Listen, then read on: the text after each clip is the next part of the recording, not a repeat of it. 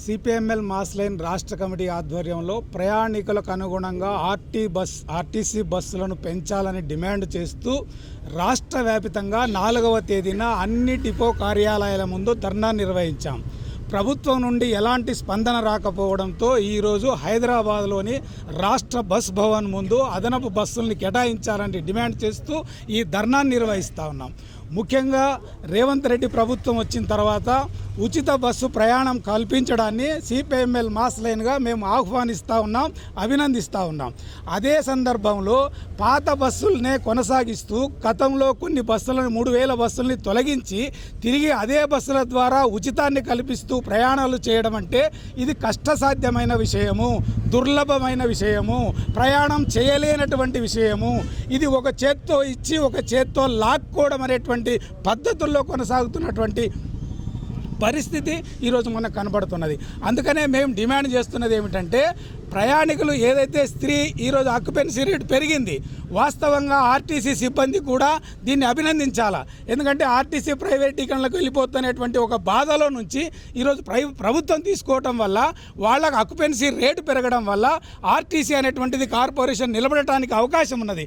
కానీ అట్లా కాకుండా మహిళలు ఏదో ఉచితంగా ప్రయాణం చేస్తున్నారు అనేటువంటి పద్ధతుల్లో ఈరోజు వాళ్ళని ఏహ్యభావంతో చూడటం, అసలు జనాలున్నా నిలబడకుండా డ్రైవర్లు ముందుకెళ్ళిపోవడం, కండక్టర్లు టికెట్ ఇవ్వడం అంటే అసహ్యంగా చూడటం, ఈ పద్ధతులన్నీ కూడా మానుకోవాలని చెప్పి మేము డిమాండ్ చేస్తూ ఉన్నాం. అదే సందర్భంలో ఈ ఆర్టీసీ సిబ్బంది ఏదైతే ఉందో అది తక్కువగా ఉన్నది. ఈ తక్కువ ఉండడం వల్ల వాళ్ళకు వర్క్ బర్డెన్ అవుతున్నది.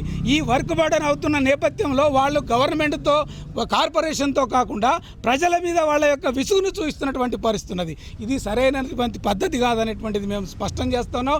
దీని అన్నిటికీ కారణం సిబ్బందిని నియమించాలా, కొత్త బస్సును తీసుకురావాలా. రేవంత్ రెడ్డి గారు చెప్తా ఉన్నారు 3000 బస్సులు అని. అది అంటూ కూడా 11 నెలలు అయింది, మళ్ళీ 2 ఏళ్ళు అంటున్నారు. దీనివల్ల ఈరోజు బస్సులలో మహిళలు కొట్టుకుంటున్నటువంటి పరిస్థితున్నది, పురుషులకు స్త్రీలకు మధ్య వైరుధ్య భావం వస్తున్నటువంటి పరిస్థితున్నది, దాని పట్ల చులకన భావం వచ్చేటటువంటి పరిస్థితున్నది. ఇవన్నిటికీ కారణం ఏంటంటే వాళ్ళు ఉచితాన్ని ఇవ్వడం కాదు, బస్సుల్ని కల్పించాలా, సిబ్బందిని నియమించాలా, వాళ్ళకు అవసరమైనటువంటి సౌకర్యాలు కల్పించాలని కూడా మేము డిమాండ్ చేస్తూ ఉన్నాం. ఈరోజు ఉచితం పేరు మీద మన సజ్జనార్ గారు వచ్చిన తర్వాత టాయిలెట్లు ఉచితం చేశారు, కానీ ఆ టాయిలెట్లను ఎవడు ఉపయోగించుకోలేని పరిస్థితి వచ్చింది. అంటే మెయింటెనెన్సే లేనటువంటి పరిస్థితి వచ్చింది.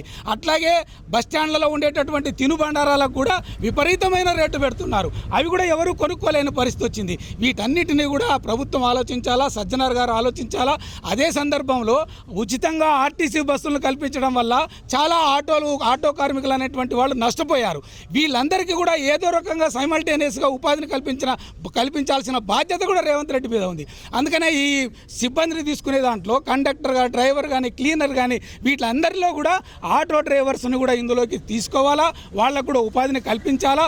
మొత్తంగా ప్రభుత్వం ఆర్టీసీని కేవలం ఉచితం పేరు మీద వదిలిపెట్టడం కాకుండా దాన్ని సరి అయినటువంటి పద్ధతిలో నడిపించేటట్టుగా రేవంత్ రెడ్డి ప్రభుత్వం ప్రయత్నం చేయాలని సిపిఎంఎల్ మాస్ లైన్గా మేము డిమాండ్ చేస్తా ఉన్నాం.